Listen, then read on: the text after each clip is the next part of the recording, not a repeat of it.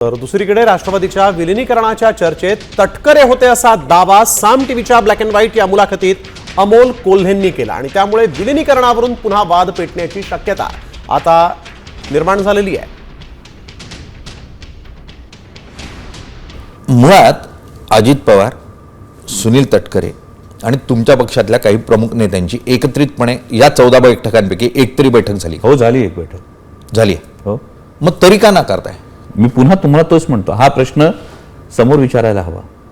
तुमच्याकडून कोण चर्चेला होतं? आमच्याकडून सुप्रियाताई होत्या या चर्चेत। मग असं असताना सुप्रियाताई उघडपणे का नाही काही बोलत? नाही, मी तुम्हाला सुरुवातीलाच एक फार महत्त्वाचा मुद्दा सांगितला। आपण हे सगळी जी चर्चा करतोय ना, ती आपण अशा व्यक्तीविषयी आता चर्चा करतोय, ती व्यक्ती जी दुर्दैवानं हयात नाही आणि त्यांच्याशी झालेली चर्चा। आता 2 मुद्दे आहेत यावर।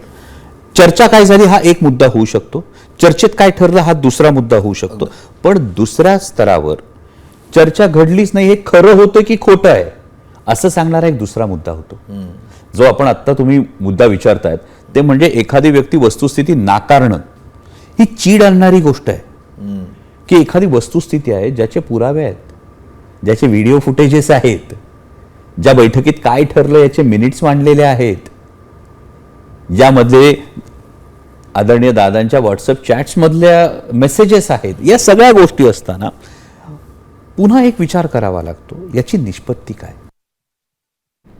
तर या संपूर्ण विलीनीकरणाबाबत दादांच्या प्रेम कोर्ट या इमारतीमध्ये बैठक झाल्याची माहिती सूत्रांनी दिलेली आहे।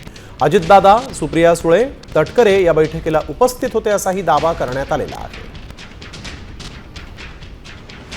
याच इमारतीच्या बाहेरून आमच्या प्रतिनिधी वैदेही काणेकर यांनी घेतलेला आढावा पाहूया। महाराष्ट्राचे उपमुख्यमंत्री अजित पवार यांच्या निधनानंतर दोनही राष्ट्रवादीच्या विलीनीकरणासंदर्भात सध्या एक बातमी जोर धरू लागली असल्याचं बघायला मिळत आहे। विलीनीकरणासंदर्भात अनेक बैठका झाल्या असल्याचं देखील संदर्भ या ठिकाणी दिला गेलेला आहे। मी सध्या उभी आहे प्रेमकोट परिसरामध्ये आणि आपण बघतो की प्रेमकोट ही खरं तर अजित पवार या ठिकाणी राहत होते आणि याच इमारतीमध्ये याच त्यांच्या राहत्या घरी एक महत्त्वाची बैठक झाली असल्याची माहिती सध्या सूत्रांकडून मिळत आहे। या बैठकीला सुप्रिया सुळे, अजित पवार यांच्यासोबत सुनील तटकरे देखील उपस्थित असल्याची माहिती सूत्रांकडून मिळते।